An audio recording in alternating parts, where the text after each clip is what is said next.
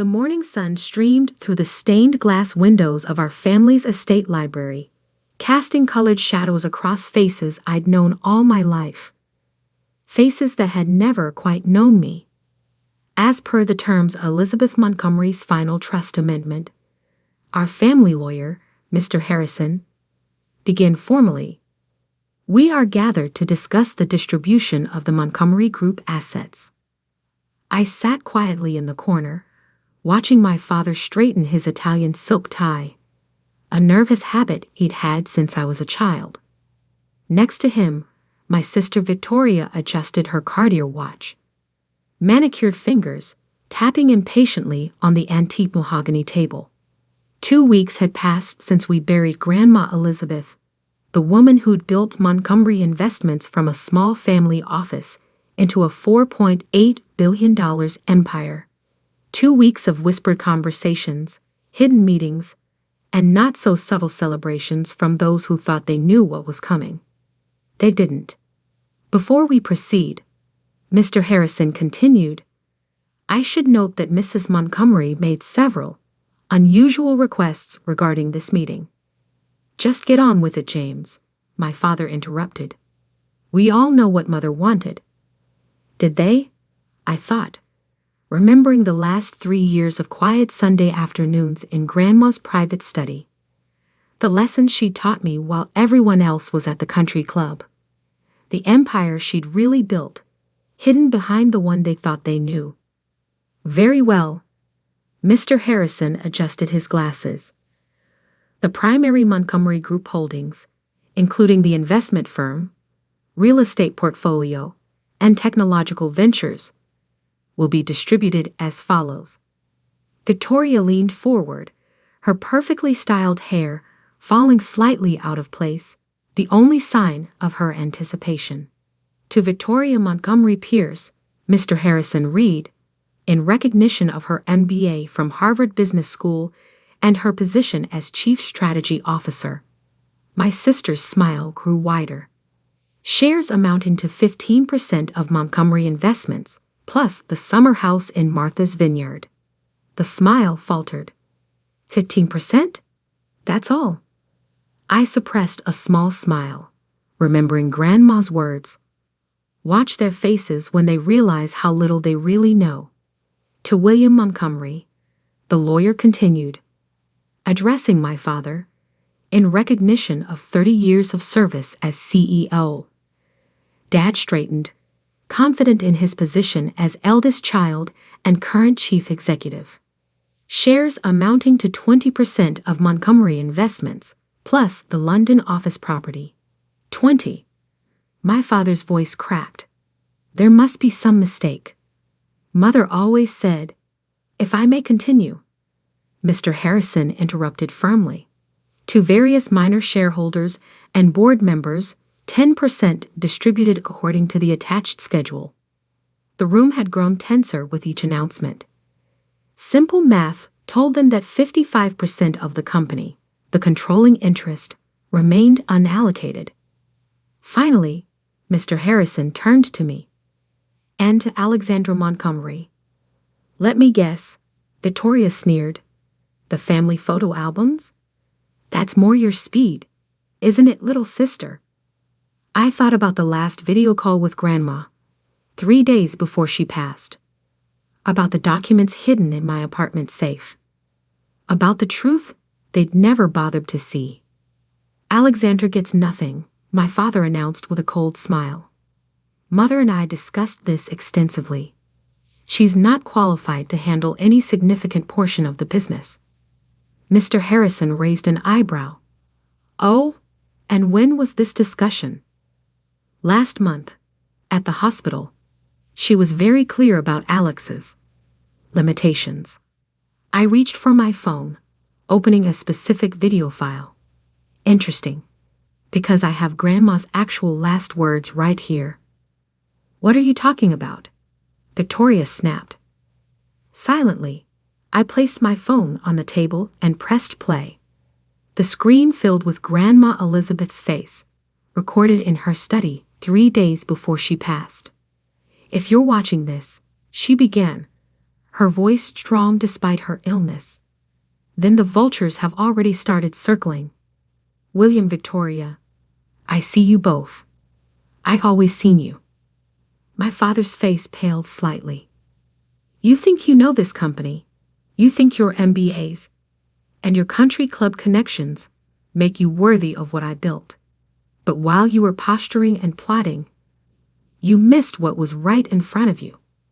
The video showed her picking up a thick folder. For the past 3 years, Alexandra has been running Montgomery Investments' Asian division. Under a different name, of course. Can't have you interfering with actual success, can we? Under her leadership, that division has outperformed all others by 300%. Victoria's head snapped toward me, but I kept watching the screen. But that's not all. Grandma continued. Show them, Alexandra. Show them what we built while they were too busy underestimating you. This was my cue. I pulled out my laptop, connected it to the library's display screen, and opened a series of documents. The Asian division was just the beginning, I said quietly. 3 years ago, Grandma asked me to audit the entire company. What we found wasn't pretty. Spreadsheets filled the screen, evidence of mismanagement, hidden losses, and questionable decisions under my father's leadership. You've lost $600 million in failed ventures that you've hidden from the board, I continued. Covered up 3 potential SEC violations, and nearly bankrupted our tech division with that merger you forced through last year. How dare you? My father started to rise. Sit down, William. Grandma's voice commanded from the video. You've done enough damage. Alexandra didn't just find your mistakes. She fixed them. Remember that mysterious investor who bailed out the tech division?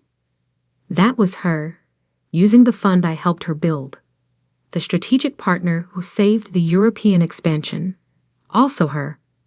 I switched to another document, my personal portfolio overview. Their eyes widened at the numbers. While you were drinking champagne at board meetings, I said, I was learning, building, protecting what Grandma created from what you nearly destroyed. Impossible, Victoria whispered. You're the quiet one, the family disappointment. No, Grandma's voice corrected. She's the one who understood what really matters. Not titles, not appearances, but responsibility, vision, integrity. The final document appeared on screen, the trust amendment's full terms. Alexandra Montgomery, Mr. Harrison read formally, inherits controlling interest in Montgomery Investments, 55% of all shares, full voting rights, and immediate appointment as Chief Executive Officer. The room exploded in protests. Victoria knocked over her water glass. Dad started quoting bylaws he'd never actually read. One more thing. Grandma's voice cut through the chaos. Alexandra has held proxy voting rights for my shares for the past year. Every major decision you thought I approved, that was her. She's been running this company while you played at being leaders. I stood up, straightening my simple black blazer. The board meeting is at 2. I suggest you all review the new organizational charts before then. There are going to be some changes. You can't do this, my father sputtered. I'm CEO. The board works for me now. I corrected him. Just like they've actually been doing for the past year. They just didn't know it. As I walked toward the door, Victoria called out, We're your family. I turned back, remembering all the dismissive comments, the excluded invitations, the years of being treated as an afterthought. No, I said quietly. We're business associates now, and you both work for me. The video ended with Grandma's final words. Remember, Alexandra, power isn't in what they see. It's in what they miss while they're too busy looking down on you. I left them in the library, their world shattered like the water glass at Victoria's feet. Outside, my assistant waited with updated reports from our Asian offices. Time to show them what the quiet one could really do. The Montgomery Group's headquarters occupied the top 10 floors of a gleaming tower in downtown Boston. By 1:45 p.m., news of the morning's trust revelation had spread through all of them. I stepped out of the private elevator into what was now my executive floor, noting how quickly people's expressions had changed. Gone were the dismissive glances and condescending smiles. Now they watched me with a mixture of fear and fascination. The board members are already in the conference room, my executive assistant Michael informed me. And your father is demanding a private meeting before we begin. Is he? I smiled slightly. How's Victoria handling things? She's called 6 different lawyers in the past 3 hours. None of them willing to challenge the trust after seeing the documentation. I nodded, unsurprised. Grandma had spent decades building relationships with the best legal minds in Boston. They knew better than to cross her. Or now, me. The main conference room was a testament to the corporate power. Floor-to-ceiling windows overlooking the city, handcrafted furniture, and today, 12 very nervous board members. My father stood as I entered, his face a mask of barely controlled rage. Alexandra, we need to discuss this privately. No, we don't. I took my seat at the head of the table, his former position. Everything I have to say can be said here. I opened my laptop, connecting it to the room's display system. The screens came alive with data, performance metrics, project analyses, and financial reports. For those who haven't heard, there have been some changes in Montgomery Group's leadership structure, I began calmly. I now hold controlling interest and will be assuming the role of CEO, effective immediately. This is absurd, my father interrupted. The board won't. The board, I cut him off, has been watching our Asian division outperform every other sector for the past 3 years. Would you like to know why? I switched to a new slide, an organizational chart showing the division's structure under my leadership. While you were focusing on old business models and outdated strategies, I rebuilt our Asian operations from the ground up, modernized our technology infrastructure, established new partnership models, created actual value instead of just talking about it at charity galas. Several board members leaned forward, studying the numbers with newfound interest. Under the name Alexandra Shen, I've been running our most profitable division while you dismissed me as the family disappointment. I looked directly at my father. Did you ever wonder why you couldn't meet this mysterious executive who kept outperforming your targets? Victoria, who'd slipped into the room late, paled visibly. She'd spent months trying to arrange a meeting with Alexandra Chen, hoping to learn her secrets. The numbers don't lie, I continued. Our Asian division's ROI is triple the company average. Employee retention is 95% compared to your 60%. And we haven't had a single SEC compliance issue, unlike some other divisions. I switched to another document, a detailed analysis of the company's weaknesses under the previous leadership. Now let's discuss the changes that need to happen. For the next 2 hours, I outlined my vision for Montgomery Group's future. New technology investments, streamlined operations, enhanced compliance protocols. With each point, I could see the board members' expressions shifting from skepticism to understanding. Mr. Montgomery will transition to an advisory role, I announced, watching my father's knuckles whiten on the armrest. Victoria will remain as Chief Strategy Officer, but with revised responsibilities. You can't demote me, my father protested. I built this company. No, I corrected him. Grandma built it.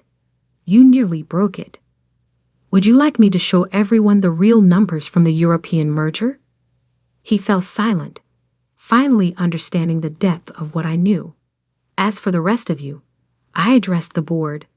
Your positions are secure, assuming you adapt to our new direction. First quarter targets and performance metrics are in the folders being distributed now. Michael moved around the table, handling out detailed documentation of my plans. One last thing, I added, pulling up a final document.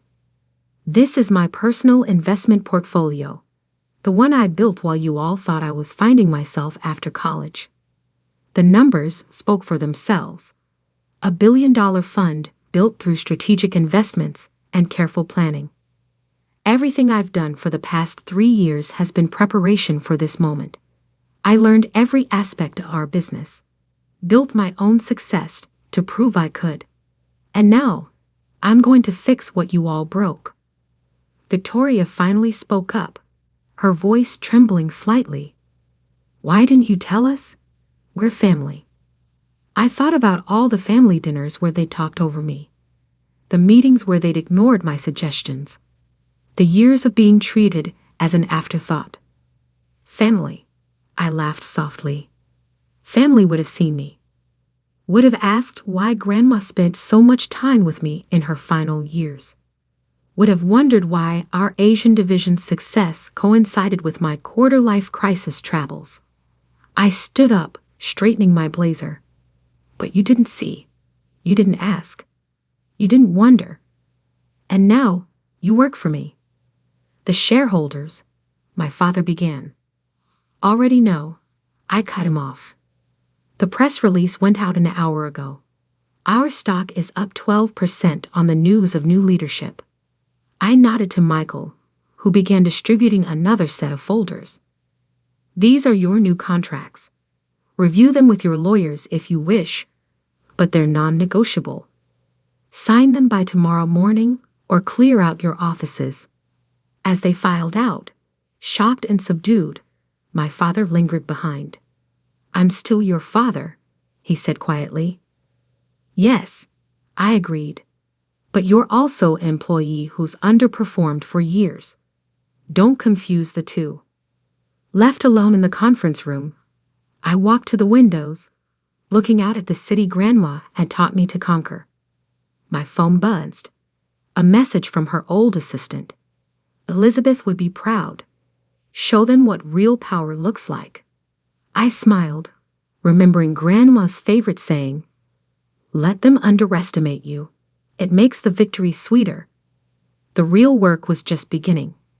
Time to show them exactly what the quiet one could do with an empire. 3 months after the board meeting that changed everything, I sat in what was now truly my office, reviewing the first quarter results under my leadership. The numbers told a story that even my biggest critics couldn't deny. Stock price up 28%. Operating costs down 15%. Employee satisfaction scores at an all-time high. And most importantly, the toxic culture that had plagued Montgomery Group for years was finally changing. A knock at my door interrupted my analysis. "Come in," I called, already knowing who it would be. Victoria entered, looking different from the polished, arrogant sister I'd grown up with. 3 months of actual work had changed her. Her designer clothes were still impeccable, but there was a new humility in her stance. "The Singapore merger documents are ready for your review," she said, placing a thick folder on my desk. "And I found something else you should see." She hesitated, then pulled out an old leather-bound notebook. It was in Dad's private safe. I think you need to know the whole truth." I recognized the notebook immediately. Grandma's personal journal, the one that had gone missing after her death. "Sit down," I said, gesturing to the chair across from me. "Tell me why you're really here." Victoria sank into the chair, her composure cracking slightly. "I've been reviewing the old board minutes, trying to understand how we missed so much. And I found patterns. Things Dad did that didn't make sense. I opened the journal, already suspecting what I'd find. Grandma had told me pieces of this story, but never the whole truth. He was embezzling, Victoria said quietly, for years. Small amounts at first, then larger ones. Grandma knew, didn't she? That's why she chose you. I turned to a marked page in the journal, reading Grandma's elegant handwriting. William thinks power is about control, about taking. He never understood that true power is about building, protecting, growing. But Alexandra, she sees it, just like I did at her age. Did you know, Victoria asked, about Dad's theft? I knew enough, I replied. Grandma showed me the evidence 3 years ago. It's why we started preparing for this transition. I pulled out my laptop, opening a secure folder. These are the complete records. Nearly $50 million over 12 years, hidden in offshore accounts. Money that should have gone to employee pensions, research and development, company growth. Victoria's face paled. What are you going to do? What I've already done, I said calmly. The money has been recovered and returned to the appropriate accounts. Dad's assets have been frozen, and he has exactly one chance to make this right. On cue, my father walked into the office, escorted by Michael. He looked older than he had 3 months ago, the weight of his secrets finally showing. Sit down, Dad, I said, gesturing to the other chair. It's time we had an honest conversation about legacy. He saw the journal on my desk and seemed to deflate further. Elizabeth knew. Grandma knew everything, I confirmed. Every hidden transfer. Every falsified report. Every lie you told the board. She knew, and she prepared for this moment. I opened another file on my laptop. A video recording I'd never shown anyone. Grandma, sitting in her study 2 years ago, looking directly at the camera. William, her voice filled the office. If you're watching this, then Alexandra has found the journal. You thought I didn't see what you were doing to my company, to our family's legacy. But I saw everything, and I chose my successor accordingly. My father's hands trembled slightly. Alexandra, the recording continued, has my strength without my pride, my vision without my blindness to family betrayal.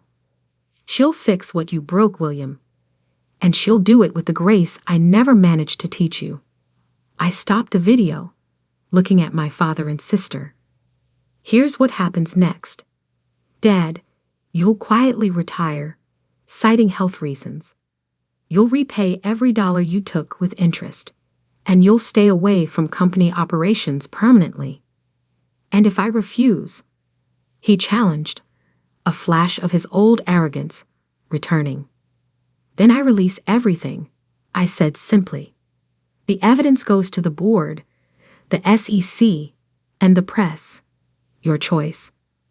Victoria leaned forward. What about me? I studied my sister, seeing something new in her expression. Not just humility, but understanding. You've done good work these past 3 months, I acknowledged. Real work, not just playing at being an executive. If you want to stay, earn your position. Show me you understand what responsibility really means. She nodded slowly. I'd like to learn. Actually learn this time. Then start with this. I handed her a new file. Our European division needs restructuring. Show me a real plan, not just fancy presentations and empty promises. As they left my office, Dad to draft his retirement announcement, Victoria to tackle her first real challenge. I turned to Grandma's journal again. The final entry read, Power isn't in the money, the titles, or the corner office. It's in the quiet strength to build something lasting, to protect what matters, to rise above personal grudges for the greater good. Alexandra understands this. That's why she'll succeed where William failed. Sometimes the quiet ones carry the loudest truth. My phone buzzed with messages. Asian markets opening strong, European partnerships expanding, domestic operations streamlining. The empire was growing stronger every day. I walked to the windows, watching the city lights flicker on as dusk approached. In the reflection, I saw not just myself, but the legacy Grandma had trusted me to protect and expand. "Thank you, Grandma," I whispered, "for seeing me when no one else did." The quiet one had found her voice. The overlooked daughter had claimed her throne. And the real work of building something lasting was finally, truly beginning. Because sometimes the greatest power lies not in what you take, but in what you build. Not in how loudly you speak, but in how carefully you listen. Not in the title you claim, but in the legacy you protect. The Montgomery Group would rise again, stronger than ever. Built on truth this time, not secrets. On merit, not manipulation. On quiet strength, not empty power. And I would make sure of it. One decision, one day, one victory at a time.